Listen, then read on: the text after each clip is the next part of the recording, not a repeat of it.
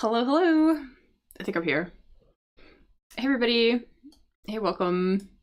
Welcome to today's stream. Just fixing this a little bit. Because I was moving things around yesterday. Just slightly. There we go. That's a little bit better. Anyways, hello, welcome. My name is Axel, if you don't already know from Speaking English. And I'm here to do a crossword today. So feel free to hang out, grab a cup of coffee, chill with me on this gloomy morning. What is it, Thursday? Yes, on this gloomy Thursday morning. Yeah, so, yeah, feel free to say hello if you are in the chat. So I am here live on Facebook, on Twitch, on YouTube right now. So you can say hi there. And I'm going to take a second to explain how this crossword works. So if you already know how this works, feel free to answer the daily speaking prompt. So if you don't know, every single day I share a daily speaking prompt, and I've been doing this for a really long time, actually, probably like 3 years now or something. But they're available on Telegram, on Facebook, on Instagram as well, on the main Get Speaking English pages. Hello, Adriana, welcome. Hey. Yeah, so every single day I share a daily speaking prompt for you to practice with. So let me know what you think about today's speaking prompt, if you already know how to play this. So yeah, so do you think it's important for influencers to be honest about their lives? Why or why not? So if you want to respond to that or take a minute to tell me what you think about that in the chat, do let me know. And like I said, I'm going to take a couple of minutes to explain how this works. So so we're going to be looking at this crossword together. What's going to happen is I'm going to walk us through it. I am going to let you know what question we're going to work on when. I'm going to provide additional clues, definitions, images, things like that to hopefully help you arrive to the answer. And when you think you know an answer, feel free to put it in the chat. And then when I see the answers, I will put them up on the board and I will fill out our crossword that way. So you're going to be able to participate in the chat. Like I said, I'm live on Facebook right now, Twitch, YouTube, all the addresses are at the bottom of the screen. So you can participate at any of those 3 places. I do have a couple rules though about how this is going to work.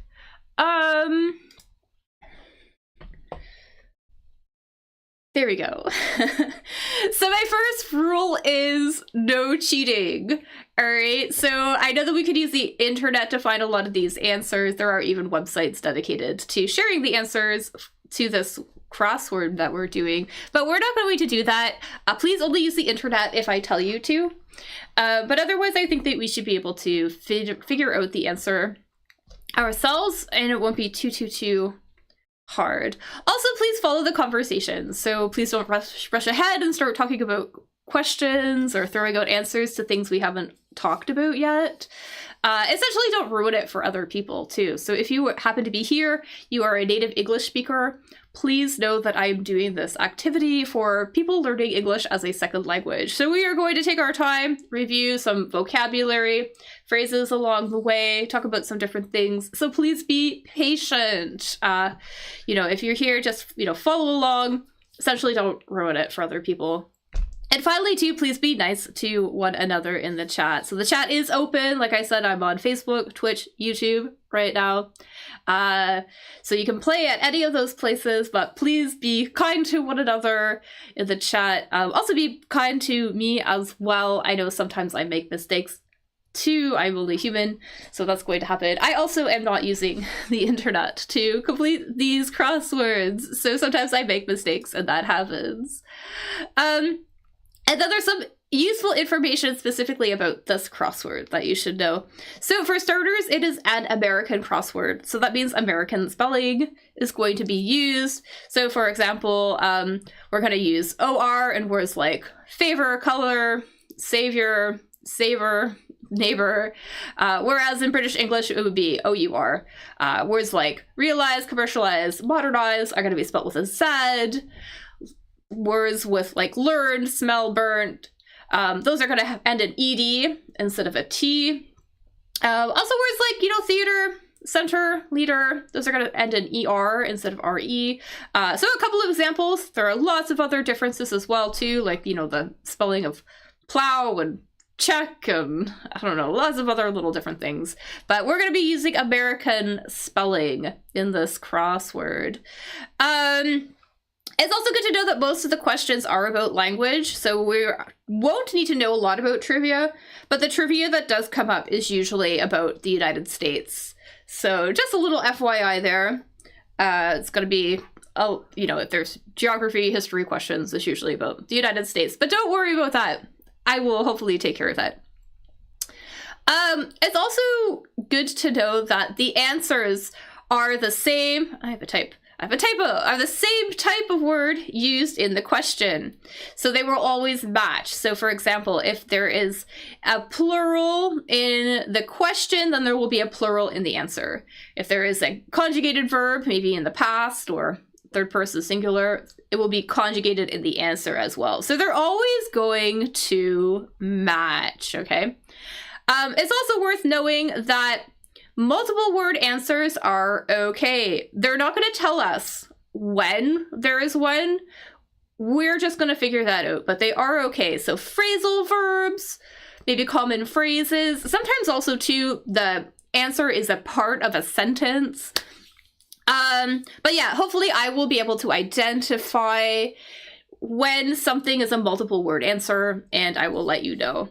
And hello, Diggs, welcome. Welcome to the stream. Also, too, because we are here to review vocabulary and learn new words, please know that you won't be able to use all of the words from this crossword in real life. So some of the words are going to be really old-fashioned, really outdated, archaic, or very formal. So you won't be able to use them in conversation, but hopefully I will remember to let you know which ones you can't really use in real life. Okay, so I will let you know if something is useless. But hopefully we will review a lot of useful language during this process, so it will still be very beneficial to you. All right, so just gonna go back to the crossword then. So I did look at this really quickly this morning, and it wasn't too bad. It wasn't the easiest one, but that's fine. I think that we're going to be able to make it through. Yeah, so I think we'll be okay. All right, so our first word here, lamented. If you lament about something, it means you complain about something, basically.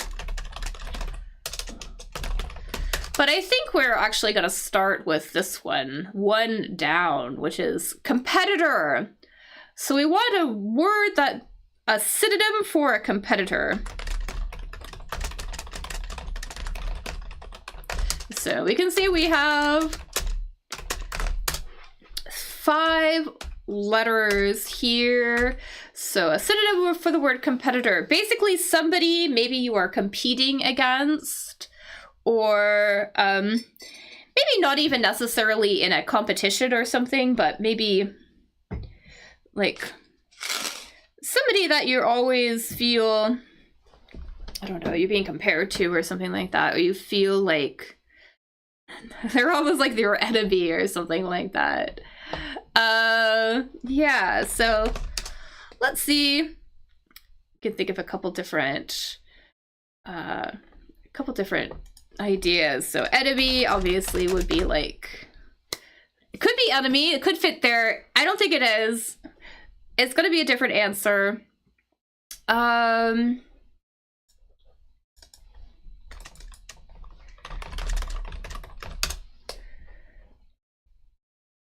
I don't think it is.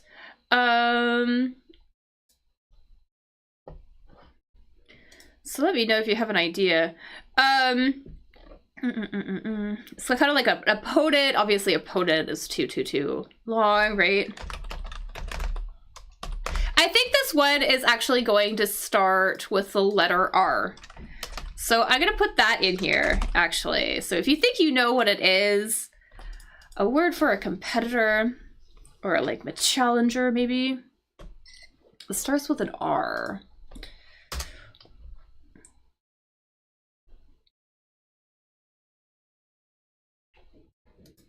And maybe like your adversary, that's a good word, adversary. Somebody who's against you, basically. I think this word is going to be rival. So your rival is sort of another word for somebody who is against you in a competition, or maybe in the opposing team, for example.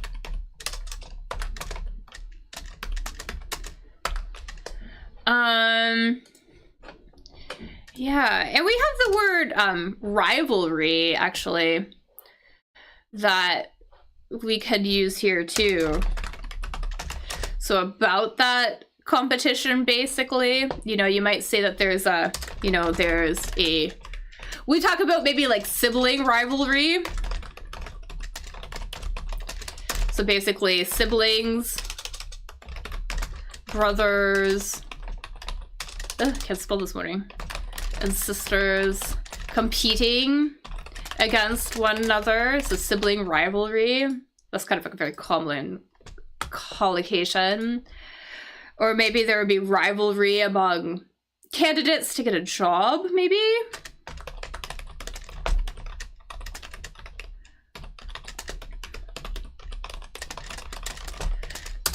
Yeah, so maybe something like that. Oh, I fixed my keyboard here. Anyways, yeah, so I think that's what that's going to be. All right, let's see what else we have here. So we have an archipelago makeup. I think I said that right. Parking pro, bringer of wisdom, eye parse. There are a lot of words about eyes in here. Oh yeah, so maybe parts of an eye. Maybe it would make a little bit of sense to talk about the anatomy of an eye really quickly. Possibly. And I don't know, like, every single thing about this here, but it's just some words about the eye. So obviously we got like the eyebrow, right? The bushy part that goes over. We have the eyelashes, right? But then we also have, you know, the iris, which is that colored portion that goes around the eye, right? We have the pupil that goes in the middle. So the pupil where you see out of, right? Sclera, I don't know. We will call this the white part of the eye. Obviously we have some muscles. We have the cornea. It's kind of like this protective shell almost over the eye, protects the eye. And we have the lens, right? So the lens that the light passes through, right? Glasses too have lenses, right? Those, the glass portion that helps you see. We have the retina, which I guess is the back sort of like inner part of the eyeball. All right, this thing, I don't know what this is, but also the optic nerve. The optic nerve is anything optic is related to sight, and that nerve, I guess, basically transmits the information to the brain. Okay, all right, so keep this in mind. We might come back to this image. We might come back to this image because there are a lot of eye parts in this today. All right. We have a grammar topic. I think we're gonna do this one first though. This bringer of wisdom. So what is wisdom? It's basically the idea of you knowing a lot of things, like having a lot of knowledge. And we say there's one thing in particular that tends to bring people wisdom, right? Any idea about what that might be? We can see that it starts with an A, something, something. Kind of relates to how long you've been on this planet for, if that makes sense. So something about how long we've been around for. And, you know, just essentially existing would bring you a lot of wisdom. You know, you would have a lot of experiences because of this. Potentially because you've lived a very long life, right? Anyways, they say that age is typically the bringer of wisdom. You know, because if you are of an advanced age, you've been around for a while, you probably know a lot about life, have a lot of good insight about life. So age is going to bring us wisdom. And let's do this one here, this parking pro. Parking pro. So pro, obviously short for professional. And you park a car, right? Park a car or park a vehicle, right? So in some very fancy hotels, maybe, or maybe restaurants and things like that, there might be this person who you would give the keys to your car to, and then they would go and they would park the car for you. So this is a person who works at hotels or restaurants, maybe other places too, like a club, for example. Lots of restaurants. So a person who works at hotels or restaurants who takes the keys to your car and parks it for you. So they put it in this designated area and kind of take care of it for you. I'm gonna give a little bit of a picture. See if maybe that helps us. I don't know if that's gonna help us. But here's kind of a person. And we can see that it starts with a V. Starts with a V. Any ideas who this person is called? Do you think you know? Put it in the chat. You know, again, you can play on Facebook, on Twitch, on YouTube. All of the addresses are at the bottom. Anyway, so this guy, this person, is a valet. A valet. And notice the pronunciation about that. So the valet, we don't pronounce the T. So it's just valet. Valet. Yeah, so the valet would be our parking pro. And we would say, you know, there's valet parking. So if there is a valet available, we would say that there is valet parking available as well. So that's how we would use it. All right, like I left my keys with the valet, or there's valet parking at the hotel. So be prepared to hand over your keys to the guy. Another little picture for us. Yeah. All right. Okay. What else do we have here? So we have a grammar topic, some trivia. We're not going to do that. Another trivia. All right. This little quadrant actually was a little tricky for me earlier today. But I think we can do... I think we could do this one. So the city ways. So basically the way to go, right? If that makes sense, right? So if you're in the middle of a city, maybe you're going around, right? There are all these things that go in between buildings and parks and things like that, right? So we're basically looking for that kind of word. So we can see that there's an S on here already. So I'm going to put an S here down at the bottom. Something T, something, something, something, something, something S. Is that right? I have too many. All right. Yeah. It basically, you would use these things to maybe drive on, right? Typically. Or maybe this is better. These things are used by modes of transportation to get around. Maybe not all. Maybe that's a bad definition, but they're definitely used by cars. Cars and trucks and bikes sometimes to get around the city. So you think of an idea what that might be. We talked about one type of this the other day.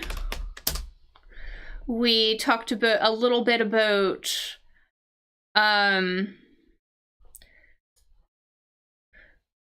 we talked a little bit about avenues, which are a type of whatever this is, but it's very wide with buildings on either side. So this is an avenue, right? So an avenue, right? So there's avenues, very wide sort of ones, right? Wide roads, right? Obviously this isn't road, that's, but a type of road, a type of road, right? Basically, I think this word, so I think this word is going to be street. So we're just gonna put that in here. S-T-R-E-E-T is gonna be our city ways, our street. All right. All right. What else do we have here? So we have this taxpayer's ID. A language, a suffix. Mented. Let's do. I think we do this. This takes in. Takes in. So I know sometimes takes in means to accept something, right? Maybe you would, or you know, you could receive something, right? Like you could take in, maybe you take in a foster child, for example, or you take in, or you could take in money, right? But I think actually we're using this about sort of experiencing, about kind of like you would take in the sights, basically, to take in the sights. I think this is what this is gonna be. So we can see that there is an S here because we have an S here. Something, something, something, something. Yeah, if you're gonna take in the sights, right, you're kind of like looking around, right? So we have some sort of verb, something about looking at really nice things, basically. Maybe pretty landscapes, for example, or beautiful buildings, for example. I think it's gonna be something like that. So if you have an idea, feel free to put it in the chat. I have a funny feeling this word is gonna be a lot simpler. It's pretty simple. It's pretty simple. So don't overthink it. Something about looking, basically, looks. So basically, to looks at something. Yeah, exactly. Yeah, this is gonna be C. So you take So he takes in, basically you see something. Yeah, so let's put this here. We're gonna see something. All right, perfect. Yeah, let's do, what else is here? Then we'll change. I think we should be able to do this. So a language suffix, right? So a prefix obviously is, you know, words that come before a word, right? Sort of like a little part of a word that goes at the beginning. Like, so for example, like if you like, you could do something, you could like redo something, redo, like redo is a prefix, right? So unhappy, the opposite of being happy, there's a suffix, unhappy, right? Sorry, that's a prefix, right? And then we also have ones that go at the end, right? So a suffix comes at the end. And we're looking for a really common suffix. We want a common suffix used in languages. So for example, you know, there's, I'm Canadian, right? Well, actually, this isn't a language, so that's bad. But, you know, Italian is a language. Catalan is a language. So here are some suffixes, all right? So Catalan, Italian, we have like, you know, Spanish, English, right? Those both have ish at the end of it, right? So we're looking for another common one, something E, maybe? And I think a lot of this one is used often in,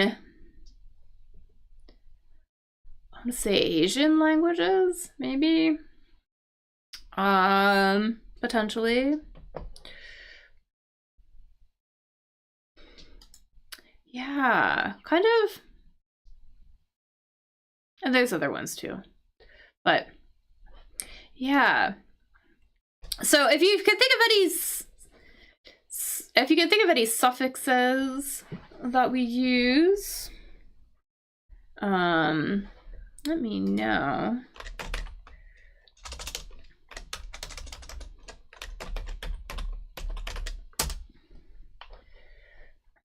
Like, this suffix I think is used for the language spoken in Japan, for example. Also, one of the languages, or actually used also for the language spoken in China, right?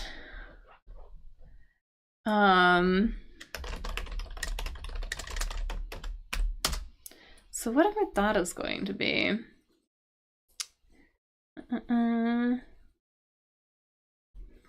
Anyways, this one I think is going to be E's. So E-S-E, right? So Japanese, right?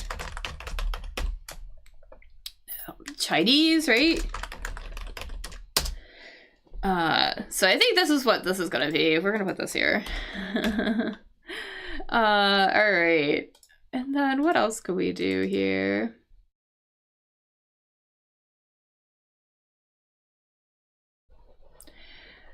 I think we could do this one, this grammar topic. So I feel that this answer isn't super, super, super obvious, but you know, when you're talking about grammar, you would talk about the different types of words, right? There's like, you know, nouns, verbs, things like that, right?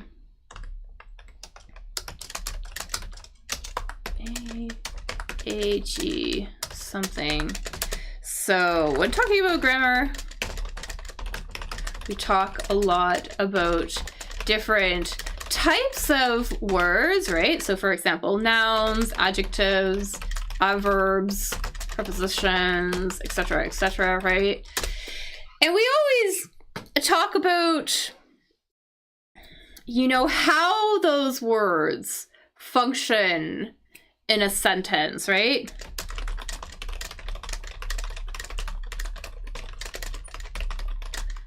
Right? Because they're kind of like, there are very specific ways about how we can use those different types of words, right? They're not interchangeable, right? We can't use one, we can't always use one in the place of the other and things like that. Like they function differently, right?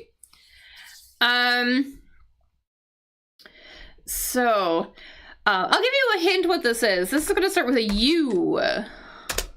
And it has to do with function, basically.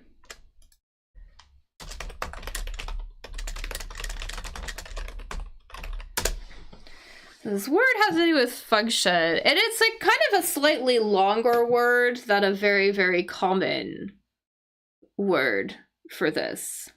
That has to do with the function of something.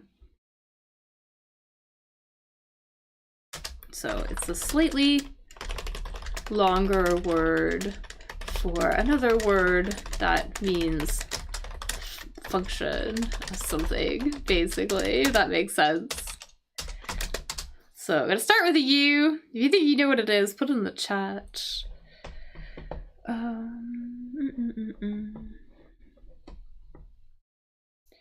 Dun, dun, dun.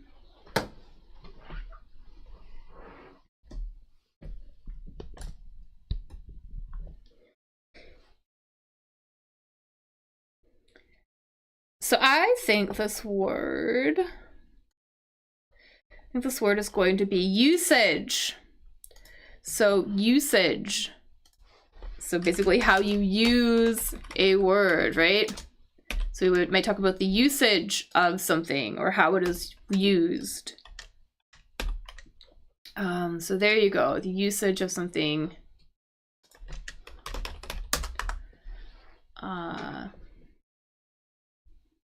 So basically the particular way about how something is used, right? Especially when it comes to language, right?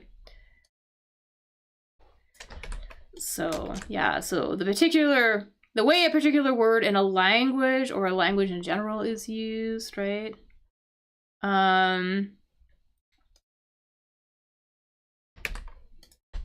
So there you go. So the earliest recorded usage of the word is in the 20th century. We can also use it in other contexts as well, too. But it basically, yeah, refers to how to use something or how much to use something.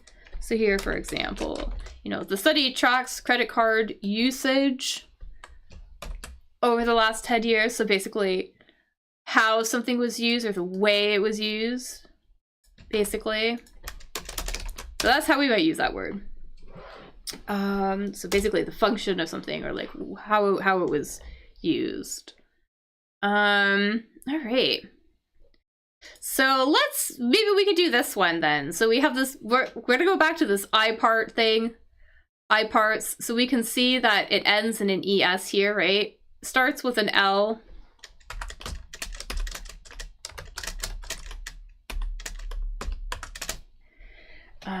I see it at YouTube. Yeah, I see it at YouTube. Perfect. Yeah, that's going to be lenses. So a lens, part of the eye, as we reviewed before. So lenses is going to go in there. And let's see. I don't know if we're going to...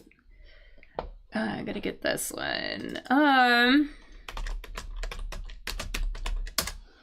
have to double check my pronunciation of this word. Archipelago. Archipelago. Makeup. Archipelago. An archipelago. This is funny because I know what it is, but do I know how to say it? Archipelago. An archipelago is it is a geographical formation. So it's a geographical formation in an ocean. Okay, so it's a geographical formation in an ocean, archipelago. So the accent is here, archipelago. Basically a little group of what these might be. But this word is slightly different from, I think, the word that we know. Because there's kind of like there's like a kind of common word for one of these things, and then there's sort of like a related word for sort of smaller like types of these things. I don't know if that makes sense.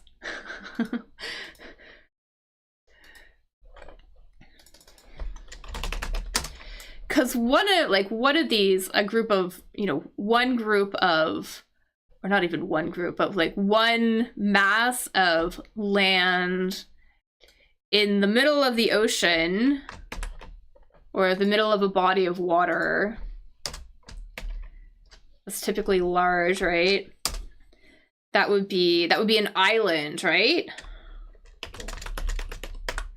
Right? So an island for sort of a big one, right? But then when we have all sorts of little ones, little tiny ones, such as in an archipelago, we might call them isles.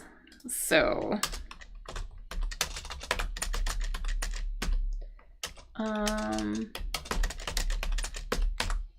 so I'm gonna put this in here. This is isles. Yeah, I noticed the pronunciation here too, because sometimes I hear people saying island and island, and we actually don't pronounce the S in either of these words. So the pronunciation of this is actually island, so not island. And the same with this one. This word is isle. So just an FYI. So that's an isle. Yeah, so we never do this one. We never pronounce the S in these words. To be honest with you, I'm not 100% sure like what this is. Anyways, but we're gonna move on. It's fine. Let's do this one, this parasol offering. So parasol, any ideas what a parasol is? If you think you know what a parasol is, put it in the chat. I'm gonna get a picture.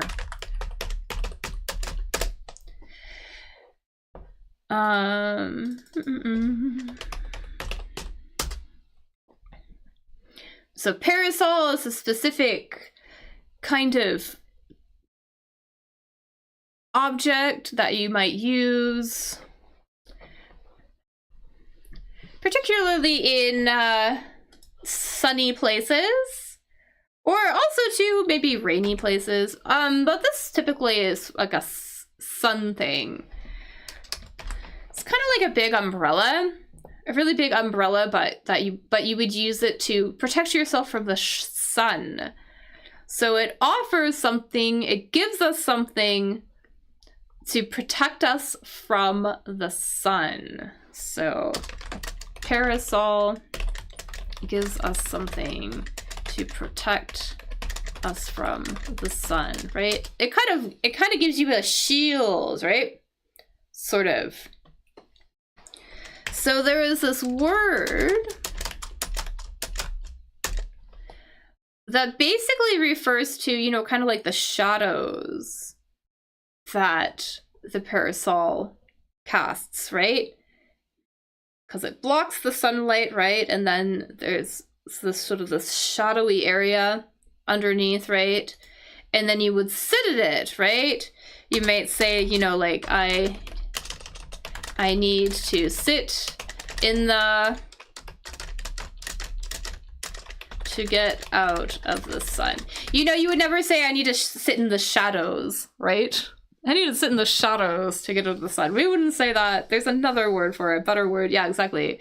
That word is shade. We're gonna sit in the shade. We're gonna sit in the shade to get out of the sun. So yeah, so parasol, that's gonna give us shade. So let's put that in there. Let's see what else we can get here. Arizona tribe. We're not gonna do that one. I think we could do this one. So we kind of talked about this a little bit yesterday. We were talking about words about drinking, right? So we were talking about words about drinking, and this word came up as I was talking about words about drinking. Drinking alcohol, that is, right? We learned about, you know, taking a gulp versus taking a sip versus, what was it? To chug something? I don't even remember. Something, though. Anyways, or to down something. Whiskey, very strong alcoholic drink, right? Is typically served in, kind of like these little, like one serving, like one typical amount that you would drink is kind of typically served in a little glass, right? So a serving of something is typically like the typical amount that you would eat or drink of something in one time, at one time, kind of. Sort of like this general measurement, right? So one serving of whiskey might typically be sort of that amount, right? In the little tiny glasses. So we're basically looking for whatever this is called. See, if you have an idea of what this is called, the little tiny glasses, feel free to write it.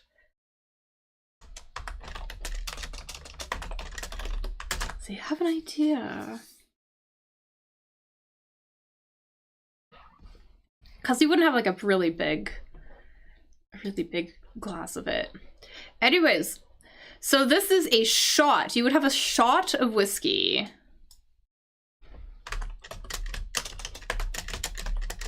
So to have a shot of whiskey, and this little, the actual glass, the glass is called a shot glass. So you would have a shot of whiskey, and you know, maybe you don't just drink this like this. You could also put a shot of alcohol in a cocktail as part of a larger drink or something like that, right? But a shot is that sort of like that measurement. So let's put a shot here. Put that here. Nice, still good. Yes. Okay. Maybe we could do this one. So another I part. Another I part. We can see that it starts with an R. We're gonna put an S here because it's a plural. Any ideas? So we looked at it briefly. It was kind of like that sort of back part of the eye, sort of behind the lens, behind the cornea. I can't talk today. Today is not a good day for me. Corona. Oh my god. The cornea. Cornea. Behind the cornea. Gosh. Yeah. And I think we saw it in our picture. I'm gonna go up. If you think you might know what it is, let me know. One of these parts here, we have the iris and the pupil. I think I'm just tired. Very tired today. Oh, there we go. Okay, so I just looked up exactly what this part does. It's the area at the back of the eye that receives lights and sends pictures of what the eye sees to the brain. So that's really cool. So I think this word, this is going to be our retina. The retina. Retina is going to be that part back here. Yeah, so you can see, yeah, so the retina, I guess, yeah. It's kind of almost like a, maybe like a nerve or something. But yeah, and it's connected to the optic nerve, right? Which sends the information to the brain, right? So yeah, so our retina. So,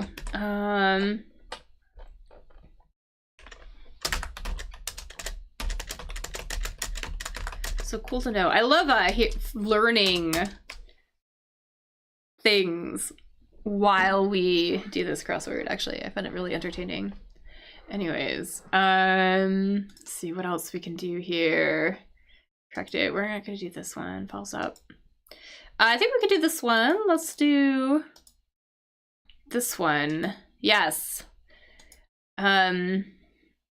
So makes blank. Makes blank. So we can see that there is an S here. This is going to be one word. One word, basically a verb here. So I'm going to put an S here as well.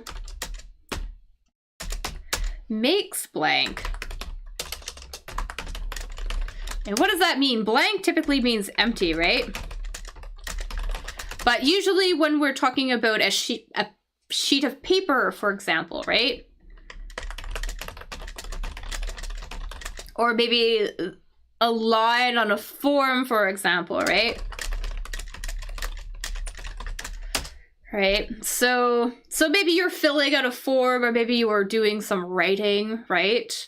Especially with a pencil, for example, maybe you make a mistake, you want to make it blank, you would do something to remove the pencil. So I think that's what this verb is about. So this verb is about removing pencil marks to make the page blank again. So we have an idea. Have an idea, let me know. I gotta try to get a picture maybe of this activity. Obviously you can also do this to other things too. You could do it to remove chalk, maybe on a chalkboard. Here we go. Here's a picture of this person. Yeah, this is gonna be erases. So erases. So let's put that in here. Erases.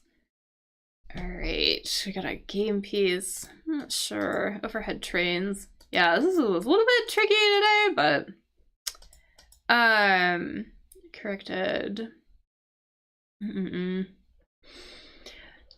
A ballpark feat. So a feat is kind of like when you do a really sort of impressive goal or something like that. Like you do something that requires a lot of skill. It's pretty amazing, right? So basically something done that requires a lot of skill, or strength. Like it's really impressive. And this ballpark, this is a baseball theme. So ballpark. So a ballpark. The ballpark is where you play baseball. And there's this one thing in baseball that they do that's really impressive.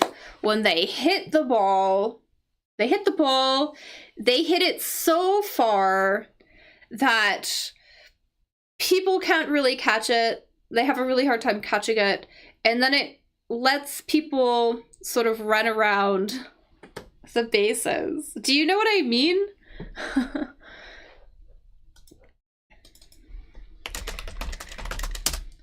So if you know what that is called, let me know. So, because this is going to be sort of like the short, sort of like a short abbreviated or like informal way to refer to that act. So this word is informal or like slang. It refers to when someone hits a baseball so hard that everyone can run around the bases. And basically they get points that way, right? So it's really, really, really good, I guess. If you have an idea what that is, trying to get a picture, or actually here's a good definition. So a point scored in baseball when you hit the ball, usually out of the playing field, and are able to run around all the bases at one time to the starting base. Yeah, so you hit it so far.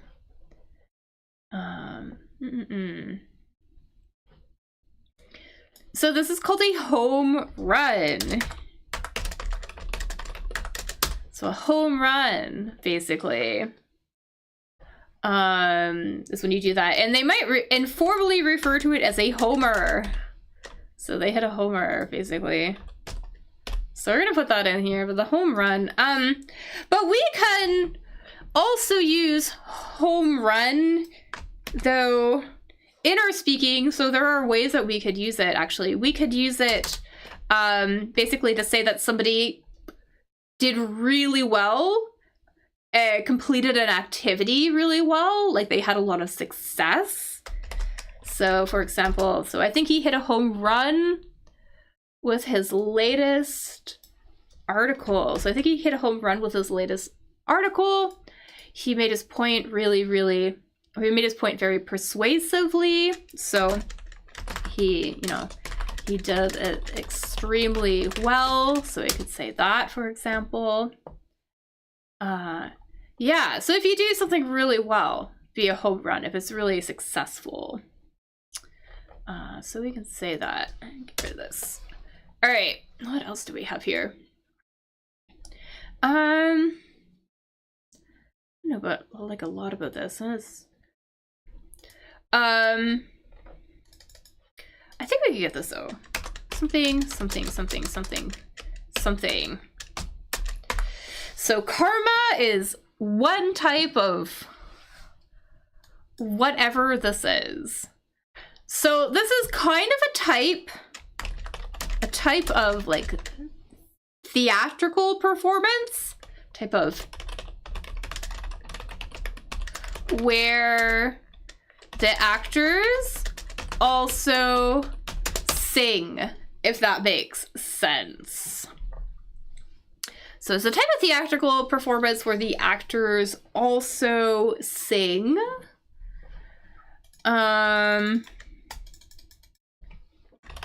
And this is a very classical form of, it's a very classical type of performance. Like, it's been around for a really, really, really, really long time, right? Because nowadays I can think of sort of like another theater type thing that could also follow this description. But yeah, most of the words are sung, like pretty much all of it is sung. And you will have different, you'll have different, there's like tenors and sopranos and different types of singers.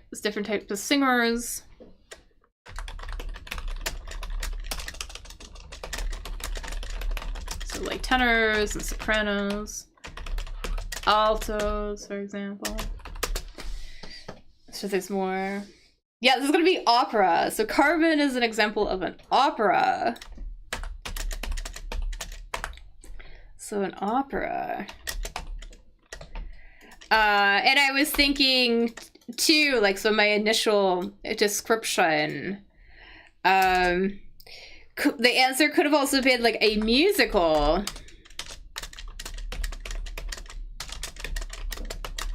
So similar, but a bit more modern day, right? There's also a lot of, I feel like there's more like just traditional talking and things like that in a musical, and then they just occasionally break out in song. Whereas in opera, there's a lot more focus on singing. The majority of everything is sung, right? So, yeah. So Let me know if you are a fan of operas or musicals.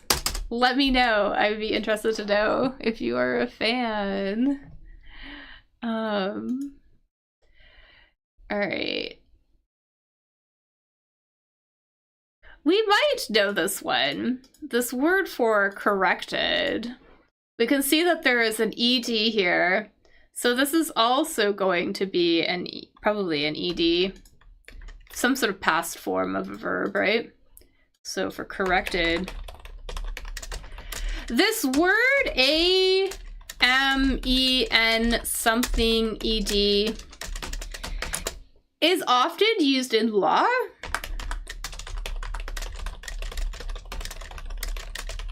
Yeah, like often used in kind of like law contexts and things like that. Or legal documents, maybe.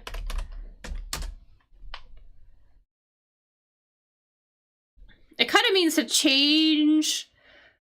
It means to change the words of the text, basically.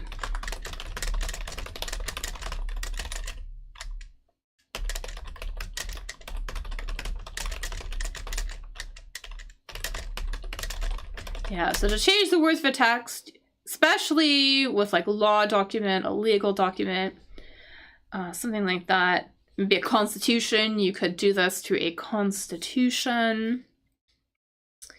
Yeah, so this is going to be amended. So we're going to amend a document. Here we go. Let's put this in maybe a sentence. Here we go. So MPs, or members of parliament, MPs were urged to amend the law to prevent another oil tanker disaster. Or here too, until the Constitution is amended, the power to appoint ministers will remain with the president. So, yeah, so we would use that to talk about changing legal documents or laws and things like that. Awesome, great job, fantastic. I don't know what this is. Game piece. Oh, I know what this one is. A game piece. This is something that we would use to play a game.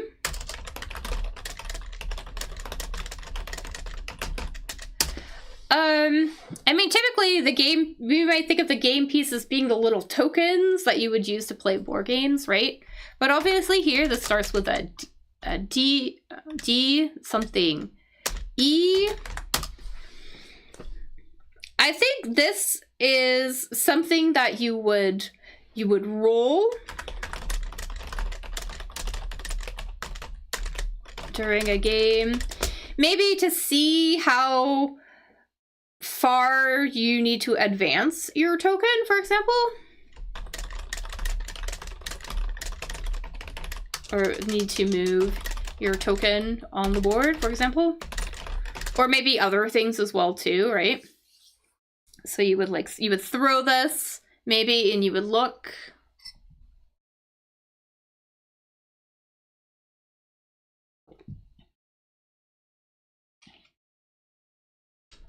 It's kind of like,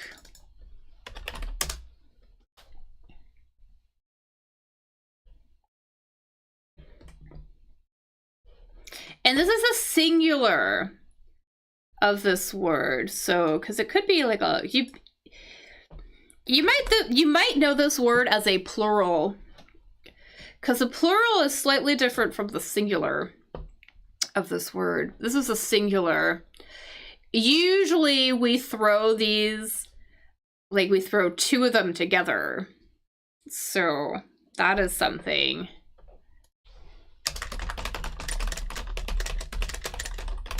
Yeah, usually you row two of them together. But yeah, I think it's one of these little things that have like the little spots, or I think they're called pips, which I also learned from our crossword. These little dots, right? It tells you how far to move. Anyway, so dice for 2. You say roll the dice. Oops, roll the dice. or a die for 1.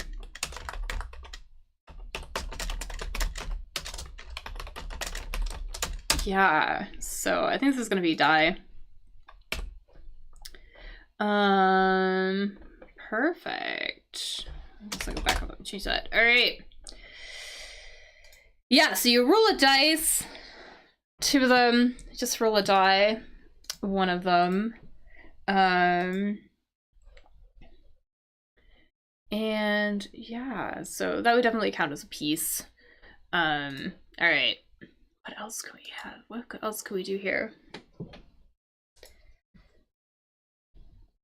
I think we could do this one. Fouls up. So fouls up as plans. If you foul up something, it means you mess it up, basically. Is it? I think it's 2. I should double check. Yeah, no, dice is 2 and die is 1. Yeah. I had to, I was also, like, also questioning. Yeah. Yeah, dice is plural.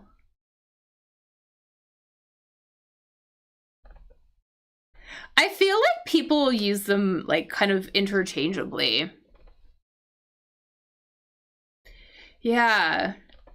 Yeah, because I could see it here, like, even, like, Cambridge is kind of giving me both. So that's kind of annoying. Because people will call 1 a dice, but no, it's supposed to be a die. But, yeah. Or people will be like, roll the die for 2, so I think even people don't really necessarily know.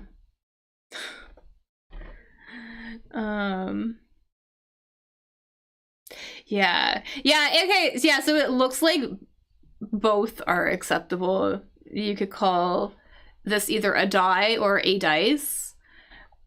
So, anyways, but yeah. All right, so if you foul up something, foul up something. If you're wondering, this is a bird. This foul is a bird with a W. You foul up something, though, with a U. That means that you mess something up. Basically, you make a really big mistake. So, and if we're talking about plans, we might talk about your plans sort of going off of your intended path, maybe. Something, so D-E-R-A-I something S. So basically a verb that means your plan goes off its intended path, basically, if that makes sense.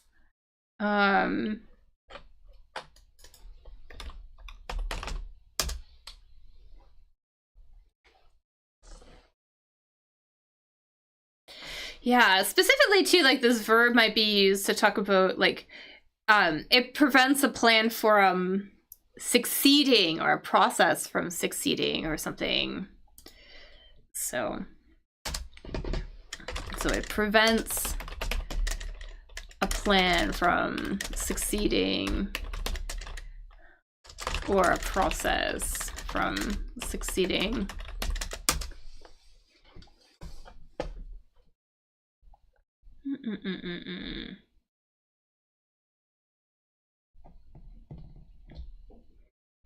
Yeah, kind of tricky one. This word can also be used when we're talking about trains. I don't know if that helps or not.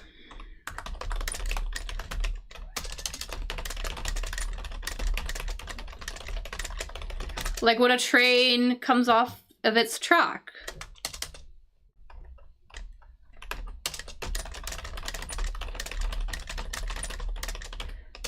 Right, so usually like the train has to stay on those, you know, the little iron tracks, right? The train tracks, right? And then it comes off.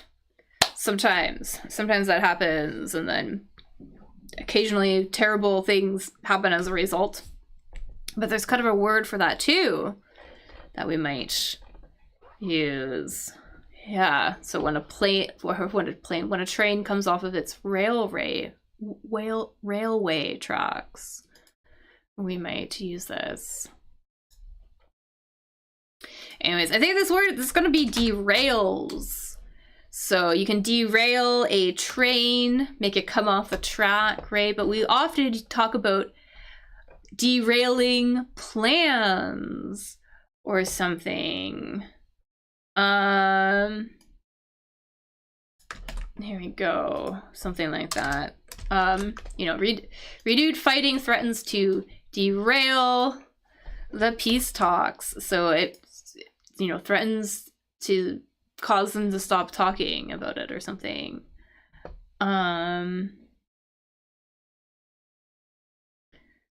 Or here, for example, you know, analysts identified 5 factors which could derail the high-tech markets, so which could prevent the markets from succeeding, from having a lot of success, that sort of thing. So yeah. Yeah, or maybe something happens in your life that just derails your plan, right? That could potentially happen too, right? Maybe you're planning on, I don't know, maybe you're planning on making a move across the country, and then you suddenly get sick or something like that. That would definitely derail your plan, right? So we could say something like that. What else do we have here? So less dense. Sports protectors. This word is for maybe something that you would put on your body to add some cushioning, maybe. Something. Yeah, so we use these in sports basically to provide extra cushioning. So especially in any sport that has high impact or something like that, you could wear them. But also too, maybe you could put them on the floor or something like that. I'm gonna get some images. It's common to put these on your, like your elbows, for example, or on your knees, right? Just trying to get some pictures here, especially in high impact sports like maybe rugby or hockey or football, something like that. Here's kind of a pair for knees, maybe.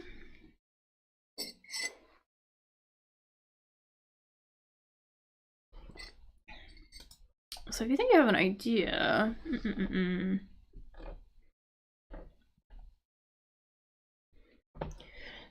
basically kind of anything that provides a little extra cushioning. Here's something else too that you could like put on the floor. Maybe you can like kneel on it, or for your wrists, add some additional cushioning like on the floor. Anyways, we could call both of these things we could call pads. So I'm gonna put that in here, pads. Let's go some pads. Awesome. All right. What else do we have here? Less dense. Oh, I think I know what this is. Con man's con. Paris. Pal. Let's do this one. So yeah, let's do this one. Or con man's con.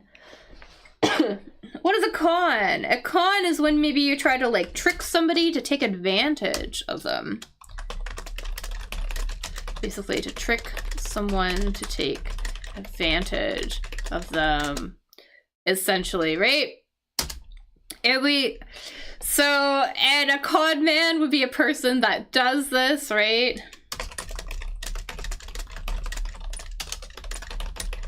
So we're basically looking for a noun here, right? Can also be used as a verb, but this is going to be a noun. And a noun, basically another way to refer to maybe tricking people, or maybe you tell them some information to lead them to believe one thing is true, but then they take advantage of you and things like that. Kind of like it's a dishonest, just like a dishonest plan used to either make money or take advantage of someone, basically. And it involves tricking people. So here, for example, too, and I don't know there, but it's common to get phone calls from people pretending to be the government or pretending to be companies like Amazon.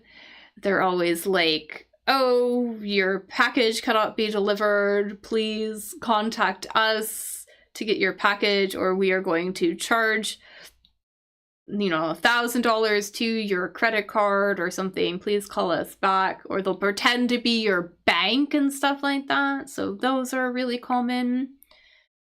We also get text messages pretending to be companies or the government. Yeah, so lots of these in the world. So you have an idea what that might be. It's also common to get, you know, emails as well, too. So many people out there trying to get money or trying to exploit vulnerable people. All right. A lot of cons out there. Trying to con people. Anyways, scam. A scam would be basically a dishonest plot to try to get money out of somebody or try to take advantage of them, exploit them somehow, maybe steal their identity, right? So scam is going to be that. Yeah. All right, what else here? We have more I parts. Let's put this S here.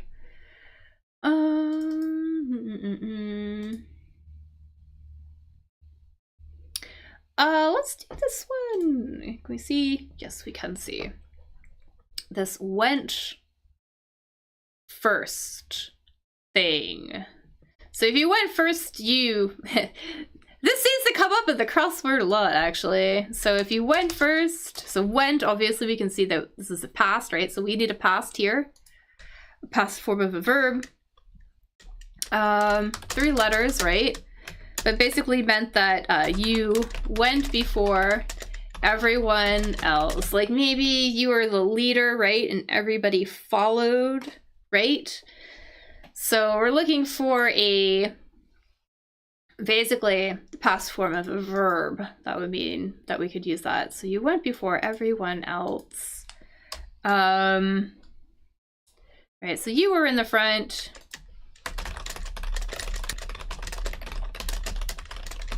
Everyone else was behind. Maybe you were a pioneer. Pioneer comes up a lot. Doing. Usually with this answer, they love to talk about pioneers. But yeah, if you were the person that went before everybody else, you probably led, right? You led the group, maybe. L-E-D, we'll put that right in here. L-E-D. So led. And just so you know, so like to lead, that would be the main verb, right? Led, and then led being the past form of the past participle. So lead, led. Yeah. So if you went first, you led. And let's see, a select group. Bears, lairs. Light touch, yeah. So a bear. A bear is an animal. And a lair is kind of a place where an animal would live or maybe hibernate. So a bear, an animal, a lair, a place where an animal would sleep, kind of call its home, maybe. I mean, I don't know if bears keep one lair or something and they return to it, but there is another word that we might use.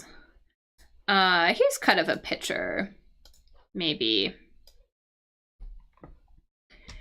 You can see here this little, there is this big hole dug out basically underneath this mound of earth or whatever. And so an animal could live in there, right? So a lair, right? And there's another word for that. So we can see that this is a plural.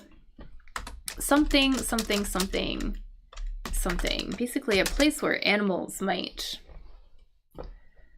where they might sleep. And bears in particular, I mean, they hibernate during winter, right? They hibernate.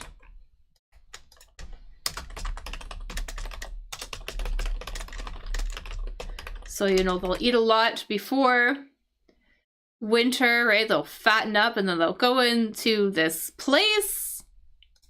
They'll go into their lair or whatever this is called, a little cave, and then they will sleep all winter, right? And then they will come out afterwards. So basically looking for another word for this. We also have this in, not everybody, but some people have these in their homes as well. We also use this word to refer to a room in a house. So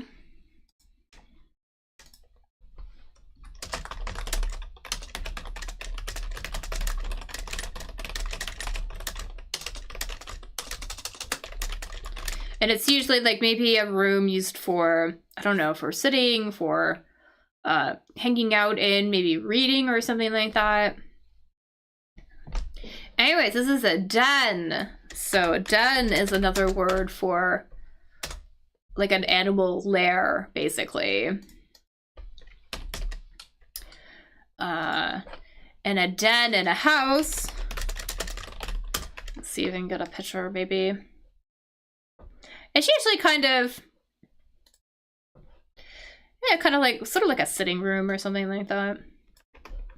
Like you wouldn't sleep in it or anything like that, but there are maybe like chairs and some books and some, or maybe you could use it as a little office or something like that. So usually smaller than the living room or something. But yeah, it's a den in a house. Let's see. Devoured hearty dishes. I think we can do this one maybe. So this here, part of a book. Book parts.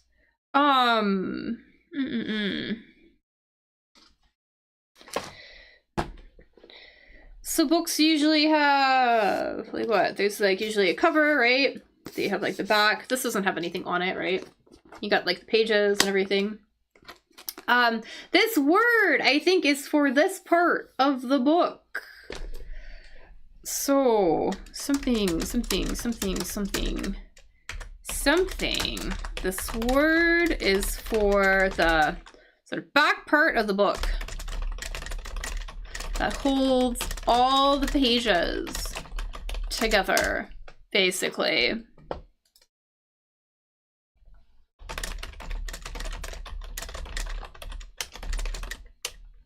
So, and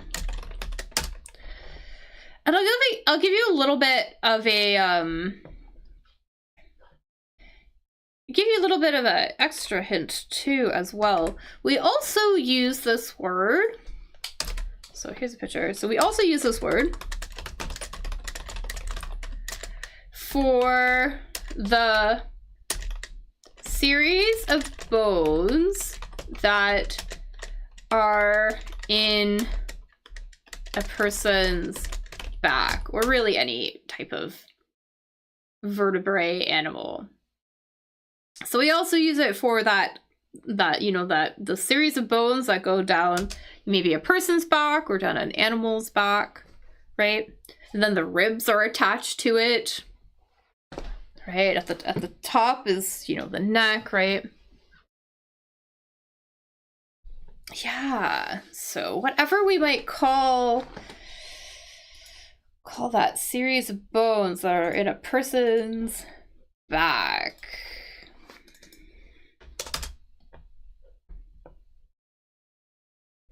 Like this thing, you know? So technical, highly technical term, we would call it a vertebrae.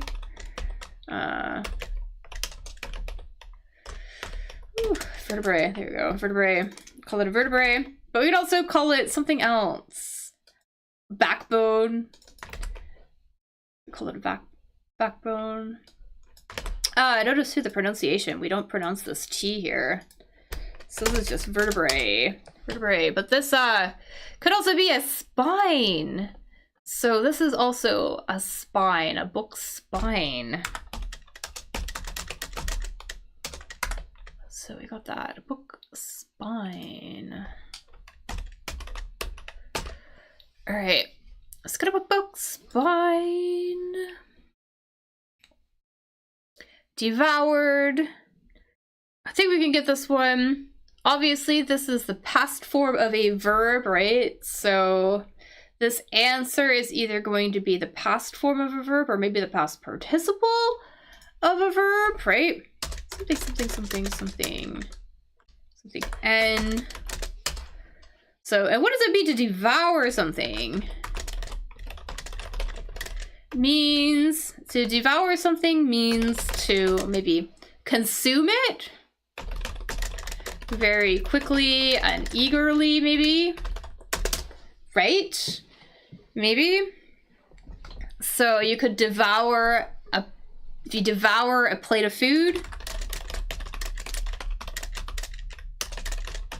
you consume it very enthusiastically, or very hungrily, very quickly, right?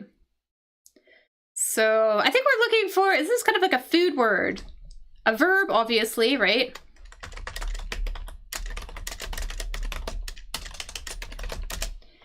Basically, another word for to consume something. Yeah, this is going to be eaten, exactly. So our past participle of eat.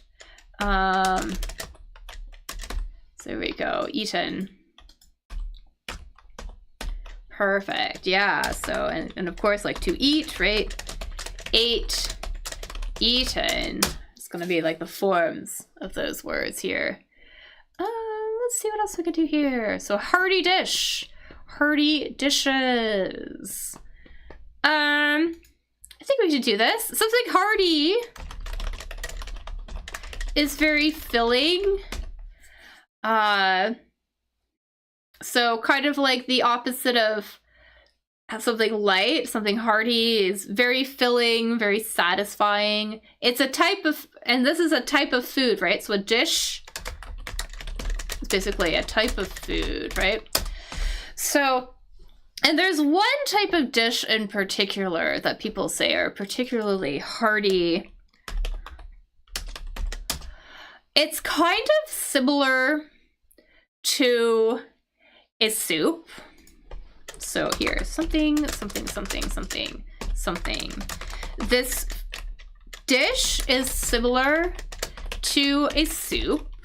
So a soup is usually liquid based, right? Like they're kind of a broth, right?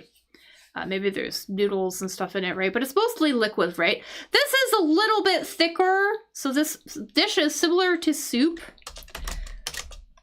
but it is it's thicker and has more, you know, meat and vegetables in it. So kind of like similar processes, but yeah, it tends to be more filling, we would say. It's more filling.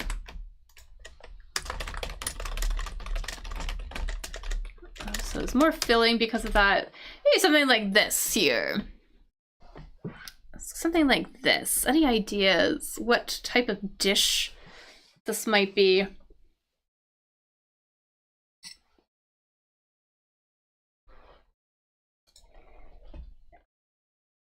I see it has lots of, you know, meat and potatoes. It's very thick. Still very warm. A lot of savory. Probably a lot of savory herbs in it. You might eat it with some crusty bread. Here's some with some bread. We can see like this, the herbs. Savory herbs. Right? Typically a savory, really warm dish. But not as liquidy as a soup. But obviously too, though, there's more liquid in this than a casserole, for example. So I can get a picture of a casserole. So casserole might be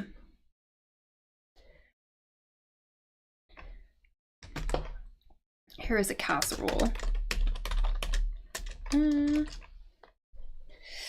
Yeah. So I think this here, this is a stew. So this is a stew.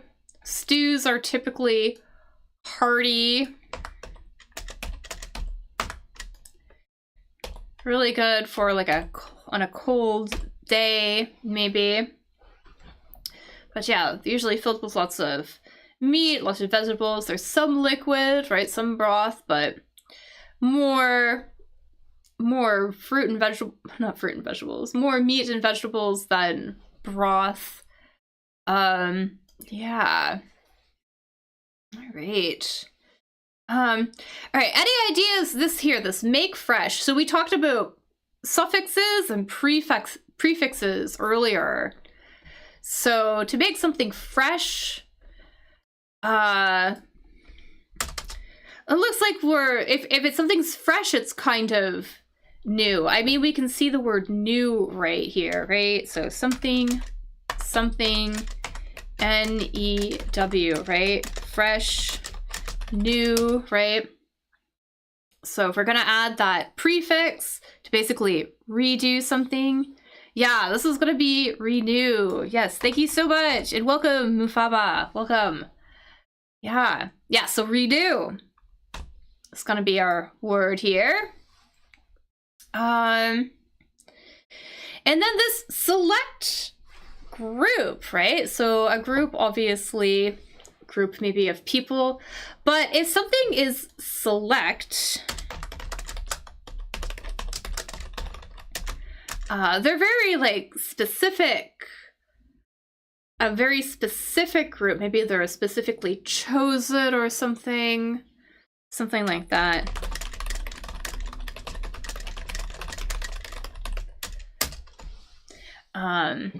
Yeah, so maybe they are chosen or something like that.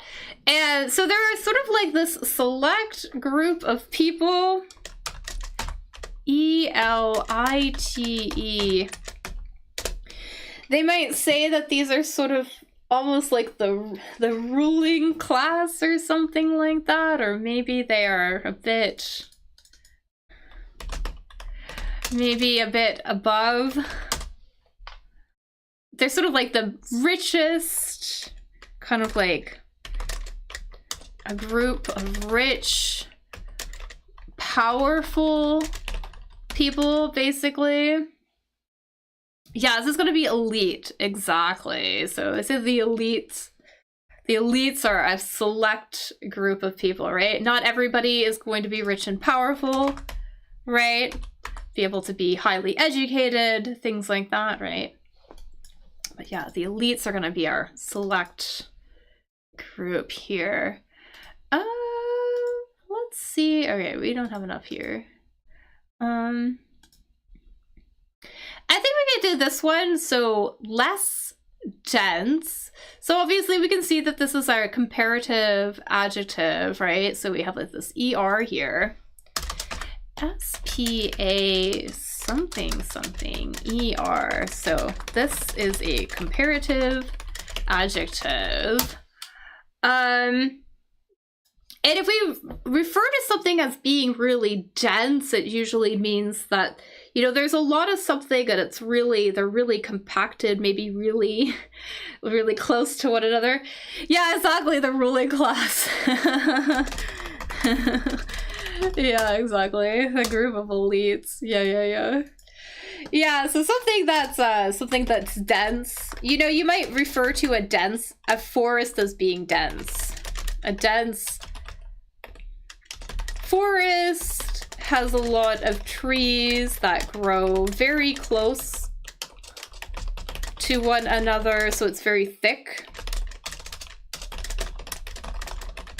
So this is kind of the opposite of something. There is more space between something.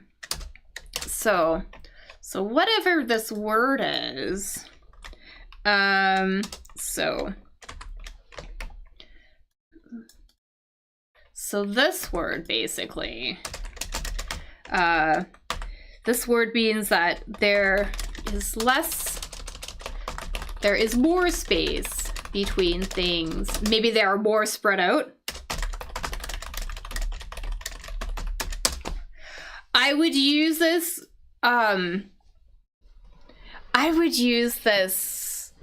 word maybe to describe population, right? So in Europe, people tend to live very close to one another, right? The population is pretty dense, right? Especially in cities, right? But I live in Canada. We have places where there is dense population, right? But then there is a lot of nothing. There is a lot of forest, a lot of countryside in Canada. And there, the population is very spread out. You know, the communities are far apart from one another. And there is a word that we would use. There's a word that we would use for that. Yeah, so if you don't know, that's totally cool. It's all good. We are here to discover new words.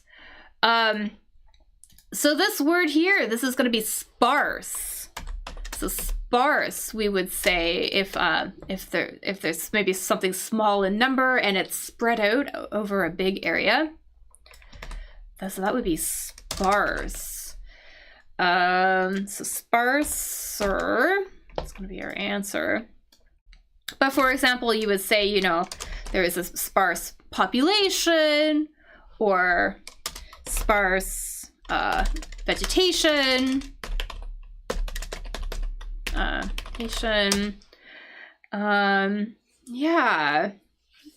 Because, you know, you even might say that, you know, the restaurants are pretty sparse in my town. There's not a lot of them and they're kind of spaced out, for example. So yeah, so if there's kind of a lack of something and they're kind of spread out, we could say that it's sparse. Yeah, all right. What else could we do? More eye parts. So we have this eye part. We also have a spying org, so a spying organization. Parse before. No, parse is something different. If you parse something, I think it means to separate something. Yeah, you would typically, so you could parse data. To parse something, I think means to separate something kind of in its different components.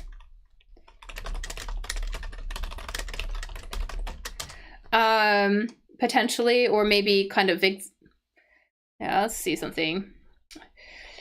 You could talk about parsing language, separating it into different you know, types of words and things like that. But you can parse data. Maybe that's where you've heard it before. What did I do? So to parse data would mean maybe to examine computer data and change it into a form that can be easily understood. Yeah, you kind of like maybe break it down. Break it down into something understandable. Yeah. So to break something down so it is more easily to understand, basically. Yeah, so totally, so different. They're pretty different. All right, so yeah, so irises, right. So irises we got for our eye parts. So I'm just gonna go back up to our picture, actually. We looked at these earlier. There are a lot of eye questions here today. So just so we're all on the same page, the iris is that colored area in our eye that gives us our eye color, I think.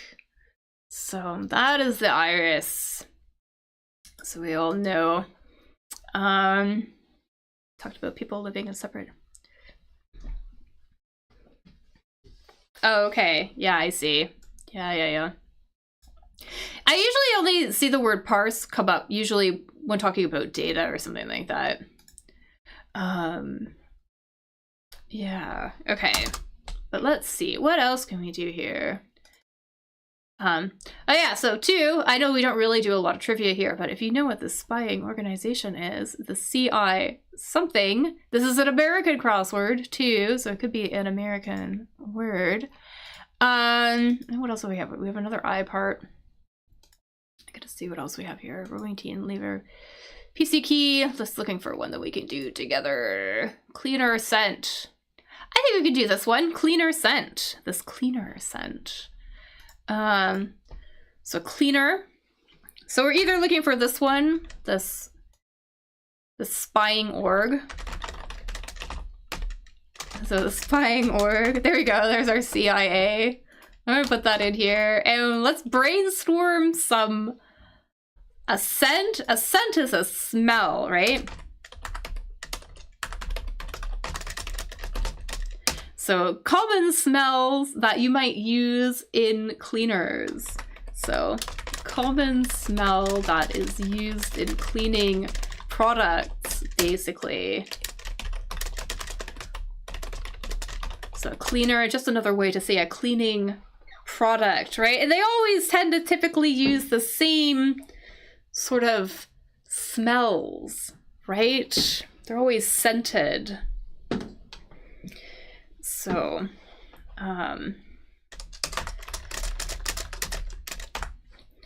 so I'm sure there's a couple different words that could fit in here. I mean, pine.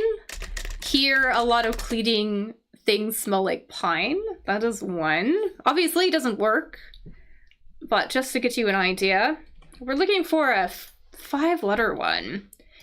Maybe a fresh scent. Yeah. I don't know what fresh is, but you're right. They're always like, this has a fresh scent, whatever that is.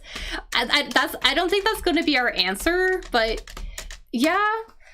Maybe not aroma. I think we're looking for like a specific name that something it would be scented after. So like pine trees, for example, or at least here it's very common for there to be like a pine scent.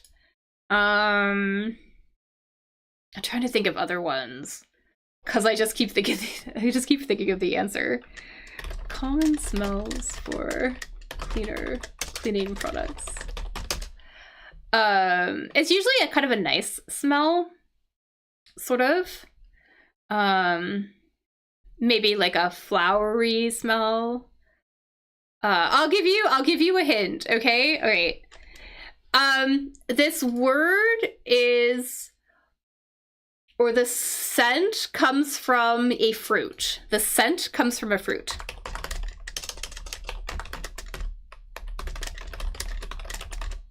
All right, so the scent comes from a fruit. Similar how this scent would come from a tree. Yeah, so it comes from a fruit. Sort of a common fruit smell. And they use... it's a yellow fruit. very yellow. A yellow one. It has a very strong flavor. And they often use the smell in cleaning products.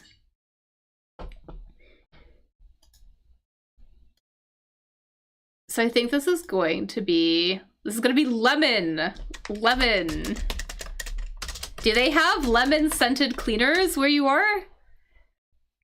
Is that common? Let me know, actually, because maybe it's not common all around the world. I'm assuming that maybe pine is common here because we have pine trees, but I don't know. But yeah, lemon also gets used a lot in cleaning products as a smell. And an aroma is definitely another word for a type of smell. An aroma is usually a pleasant smell, though. An aroma, a pleasant smell. Usually we use it for food, right? Right? Like, for example, the bakery always has an amazing aroma, right? Because they're always baking fresh bread and things like that. So it always smells like bread, right? So it has this really pleasant smell. Or maybe there was a really nice aroma coming from the kitchen.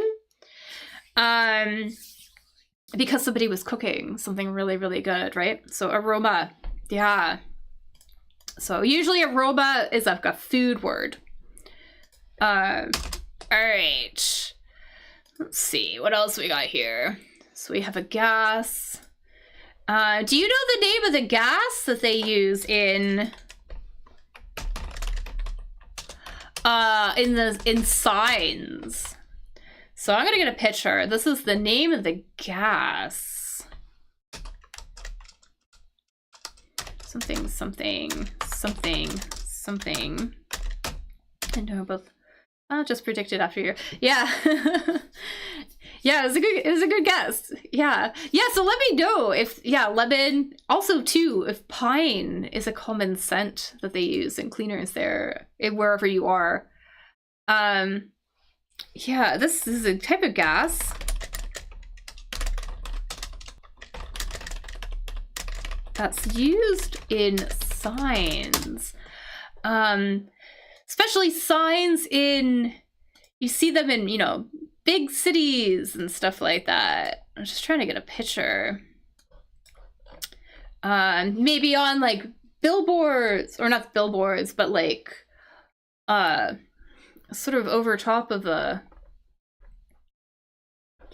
maybe like open signs and things like that. Okay, I'm just getting a picture. Kind of like for like these guys. The gas that they use in these types of signs. That is what this is. Yeah, so this is neon, exactly. Neon is the gas that they use to make these signs. So it has like that bright color. We also use neon too to describe just like certain colors in English. Ones that are extremely bright. And they can also they'll also glow under blue light. But yeah, these are neon colors. So they super bright, vibrant colors are also called neons, neon colors. But yeah, it's the gas and these little signs. I don't know if we have enough information for that. We don't know this because we don't do trivia. Kicked in a way. PC key. Gosh, what are we gonna... Radical. Minimal change. Let's do... Writer. Gosh. All right, we're gonna do this one. Kicked in a way. So a kick obviously is like something it's like a movement you do with your foot, right? Your foot basically comes in contact with something else, right? So to kick something, basically to hit something with your foot, right? So this is also an action that you would do with the lower part of your body. So it's not quite a kick, but this is also an action that we can do. This is also an action done with the lower part of your body. And we can see here that we have an ed here. So this is going to be a past, like a past form of the verb. We're going to put a one here too, because it's probably going to be here. So we're looking for another sort of very similar action you might do. A lower part of your body. Yeah. Yeah, so it's not going to be fired. Oh, I see what you mean though. Yeah, because you could kick somebody out of something and basically fire them, like let go. Yeah. I see where you got that from though. That is a really good guess. No, this is more like it's something that we're going to do with our body. It's a body, sort of a body movement. Yeah. Yeah. So if you kick someone, you do it with your foot, right? You kick someone, you do it with your foot, right? There's another part of our body though that you could maybe touch somebody with. I'm gonna see if I can get I'm gonna try to get a picture. I don't know if I'm gonna be able to find a picture. Let's see here. You might,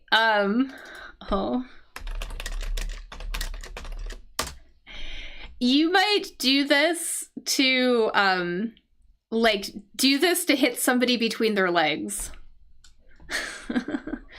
Like in that region.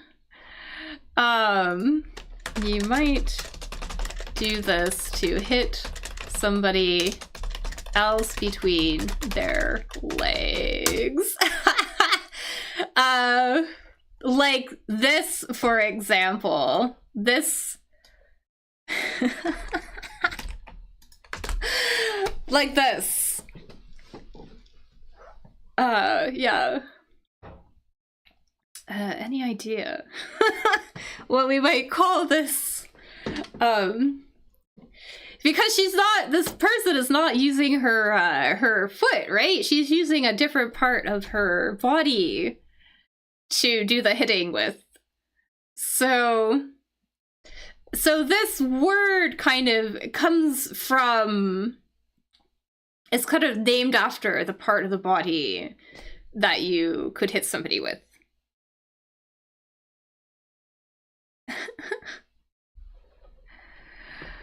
It's not going somewhere good, I know.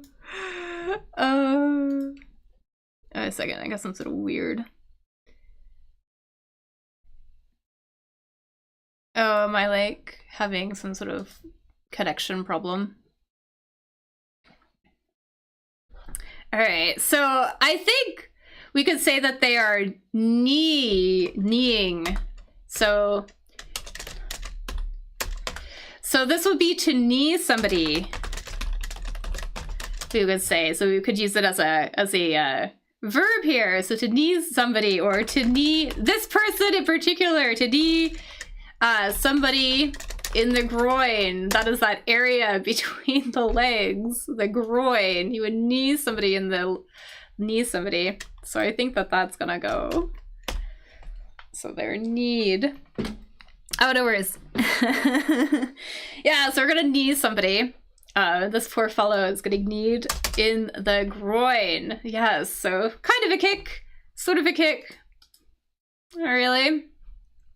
I wonder if we'll know this one. So this witch sound. This is, so a witch, right? Sort of a magical evil magical person, right? You think about witches on usually Halloween or something, right? Here's a witch, kind of typical witch. And you know, witches kind of, so here's a witch. They kind of have a specific kind of a laugh that they do. So there is a specific type of laugh that witches do, they say.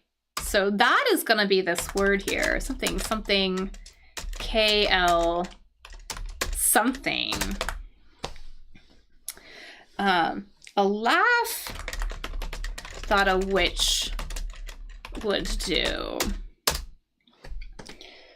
So I don't know if we're gonna get this one. It's kind of like when they're like ha ha ha or whatever. Yeah, that style of evil laugh, right? It's kind of an evil laugh. So Ginkgo. So it's not Ginkgo. There is an E at the end of it. So like that. Yeah, it's a very like a loud laugh, kind of in a high voice. And we might say that women do this as well too. It starts with a C, if that helps. So it's gonna start with a C. I'm gonna put that there.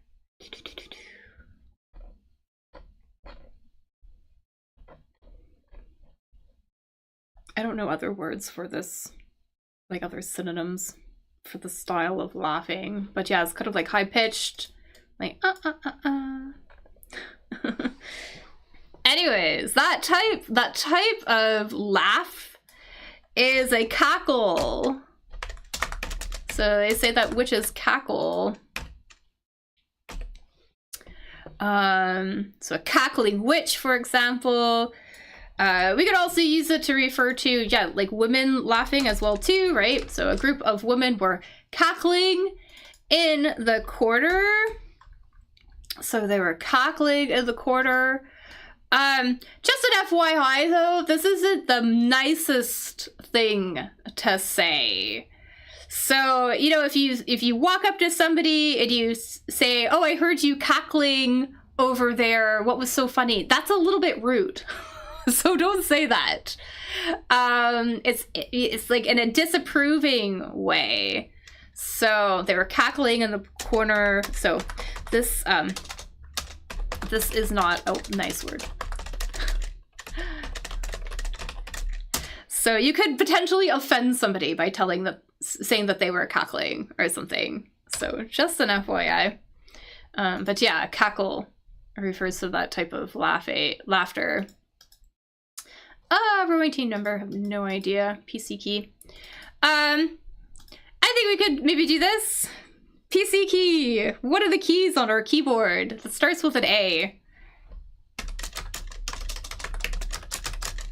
One of the keys on a keyboard. So I don't know if you are playing on your computer, but if you are playing on the computer, you know there is the tab key, right?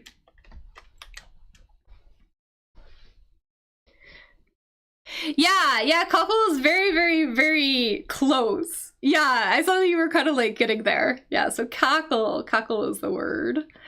There's also you gaggle. Yeah, you gaggle potentially. A bunch of gaggling girls. That's another one too. To gaggle. So you know, we have like the shift key, right? Yeah, this is really easy. The escape key, right? The control key. And we have the ALT, which is the alt key. What do we call it? Control key. All right, ALT. What else can we do here? Minimal change. Radical. What is this? I parts. We can do this now. So going back to the I. Always about the I. We want another word. Other part of the word. I think this is the I part, the sort of like the outer shell of the I that kind of protects the lens and everything like that. Everything else is behind that. So sort of like the outer most part of the I think. Something, A-S. So the outer most part of the I.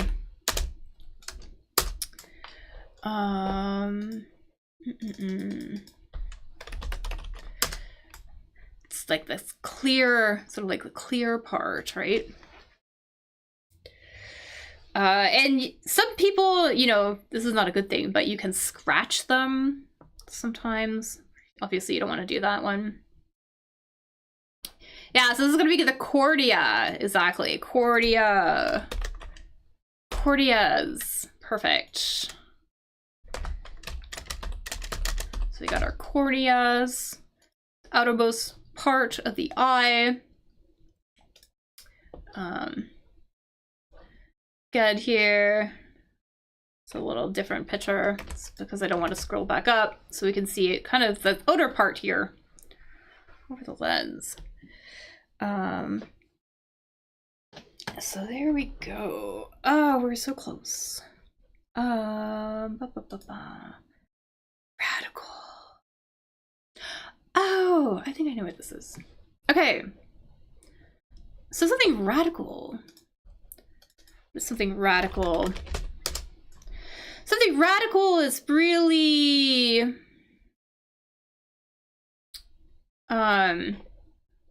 trying to say the word without, or trying to do a description without actually saying the word. I need to sit it down just a second here. So something radical is sort of the most, it's like the most, like the biggest, or, I'm doing a very good job here.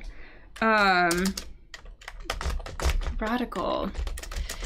Usually something like the best or the top. Yeah, I'm glad you just said it. Because I'm really struggling to explain what radical means without using this word. It is extreme. So something radical is extreme, you know, there.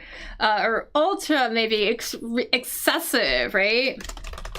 Excessive, kind of, but yeah, extreme. It's gonna be the answer there.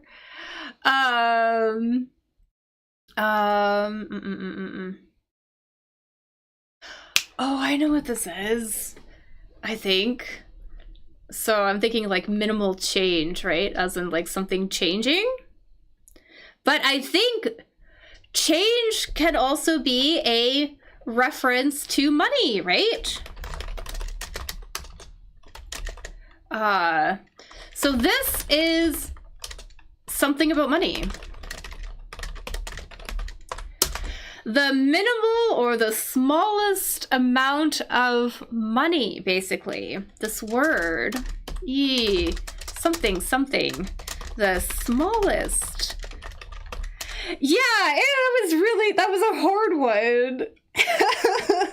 And I didn't want to just give it away, but like, yeah, really hard to explain the word radical without having to use the word extreme. Gosh. Anyways, this is the smallest amount of money. Change obviously being like coins, right? So change here, coins, right? Yeah, so the smallest amount of money, yeah, that's gonna be a cent, right? So 1 cent, right? So a cent, exactly. So minimal change. Oh, that was tricky. That is a tricky one. And yeah, here we have so a general's underling. General's underling. This is a general, this is somebody in the military. So general, somebody in the military. And an underling is someone who works, or who's somebody who's basically below somebody else. If you are a boss and you're like above, you manage other people, they could be your underlings, right? Although don't say that, because that could be that's a little bit offensive, maybe, potentially, referring to somebody as your underling. Yeah, so that is going to be, you'll love the pronunciation of this word. This is curdle. It does not look like that at all. But yeah, curdle. That is how you pronounce this word. So curdle is just below a general, I think. Yeah, and so we just have 2 parts here. Right. Invented. And then we have this one. I think this is Elena. It is normal and military. Yeah, that is a very common military word. Yes, yes, yes. I think this is Elena and Edna. Any guesses about what this one is? This name is probably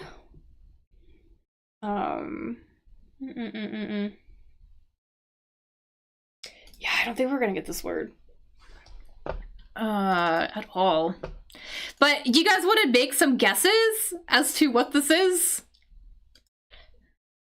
I think I know what this answer is, but I don't think none of us are going to know this word. Ah, I typed in the wrong thing.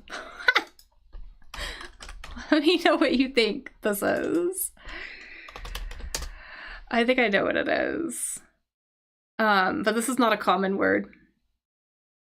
So give me your best guess about what this is. We can see that there's a D here, lamented, right? To lament about something means to complain about something, or maybe to feel bad about something. Yeah, actually lament is a good word. Kind of another word to say. I mean, you could use it for grief as well, too.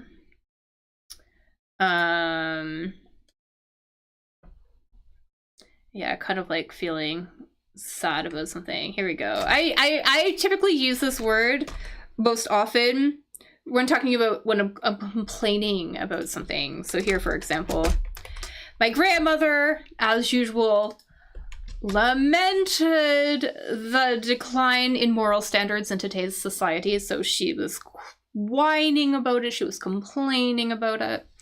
That is how I would use that word. But yeah, so it basically means to complain about something, but I don't think that we're going to know this word. Yeah, rude is a really good guess. Rude is a good guess, kind of.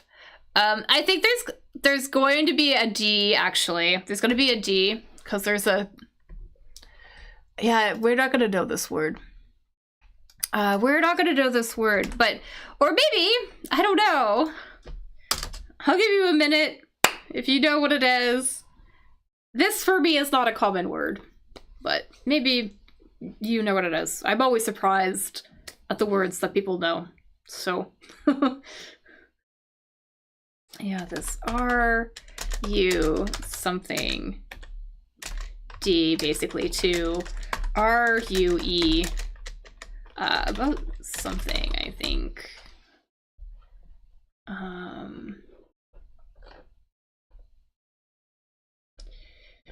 gosh, yeah. It's funny, the dictionary doesn't even have like how to use this in a sentence because it's not a common word.